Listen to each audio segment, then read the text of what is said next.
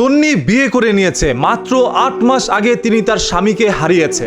৮টা মাস না কাটতে তন্নি আবার বিয়ে করে নিল। মানে মেয়ে মানুষরা সবই পারে ভাই। মানে মেয়ে মানুষরা একটি ছেলেকে ভুলে যেতে বেশি দিন সময় লাগে না। এই যে কিছুদিন আগে একটি টক শোর মধ্যে তন্নি বলেছিল, তুমি যদি দুনিয়া থেকে কখনো চলেও যাও, আমি আর কোনোদিন বিয়ে করব না।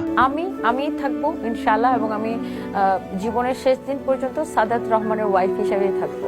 আবার তন্নি তার স্বামীকে এও প্রশ্ন করেছে, আমার কথা কি তোমার বিশ্বাস হয়? তখন তার স্বামী বলেছিল, হ্যাঁ আমি তোমাকে বিশ্বাস করি। তবে আজ সে বিশ্বাস গেল কই। তন্নি আজ একটি নতুন ছেলেকে বিয়ে করেছে। তন্নির কিন্তু 2টি সন্তানও রয়েছে। এখন মানুষের দাবি নতুন বিয়ে করেছে, এখন তারা সংসার নিয়ে ব্যস্ত থাকবে, তাহলে তন্নির সন্তানগুলোর কি হবে? কারণ তিনি তার হাজবেন্ডকে কথা দিয়েছে যে তিনি আর কোনোদিন বিয়ে করবেন। আজকে সেই বেচারা তো পরকালে চলে গেছে। তার টাকা পয়সা ভোগ করে নাকি তন্নি আজকে এত টাকা পয়সার মালিক হয়েছে। এখন আবার তিনি তার মনের ইচ্ছা পূরণ করার জন্য আরেকটি ছেলেকে বিয়ে করছেন। নানা ধরনের বাজে মন্তব্য দিয়ে পুরো সোশ্যাল মিডিয়া ভরে গেছে, যার কারণে তন্নি বিয়ে করে শান্তি খুঁজে পাওয়ার জায়গায় যেন আরো অশান্তিতে আছে। এই সাধারণ জনগণ দেখেন ভাই কি পরিমাণ বাজে মন্তব্য করতে পারে একটি মেয়েকে। তার স্বামী পৃথিবী থেকে 8 মাস আগে চলে গিয়েছে, 8 দিন আগে না, 8টি মাস তিনি দেখেছে এবং তার কাছে মনে হয়েছে এখন আমার বিয়ে করা প্রয়োজন, তাই তিনি বিয়ে করেছে। এটা তো হাদিসের বাইরেও করে নাই, কোরআনের বাইরেও কিছু করে নাই। তিনি যদি এখন বিয়ে না করে অন্য পরপুরুষ নিয়ে ঘুরে বেড়াইতো, তাহলে সেটা কি আপনাদের কাছে ভালো লাগতো? যদি ভালো না লাগে তাহলে এখন কেন বাজে মন্তব্য করছেন? বিয়ে করছে, খারাপ কিছু তো করে নাই। তার 2টি সন্তান রয়েছে, তাদেরও তো দেখতে হবে। আর তন্নির বয়স তো এখন ওই রকম হয় নাই যে তিনি আর বিয়ে করতে পারবে না।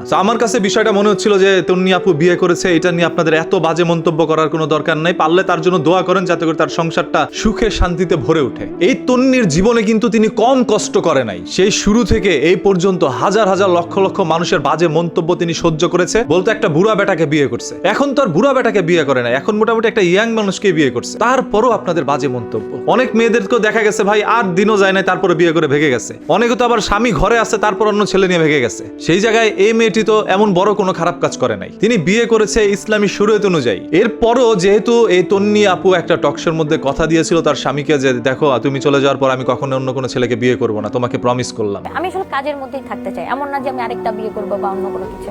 আমি কোনো আজকে পরকালে বসেও এই জিনিসটি দেখার পর হয়তোবা তিনি অনেক কষ্ট পাবে, এটা মানুষের কাছে মনে হচ্ছে। তবে একজন বিধবা মহিলার দায়িত্ব যদি কেউ নেয়, এটা তো একটি ভালো জিনিস। তন্নিকে নিয়ে সবাই কেন বাজে মন্তব্য করছে এবং কমেন্ট বক্সের মধ্যে গালাগালি করছে, আপনারা সেটা একটু আগে জেনে নেন।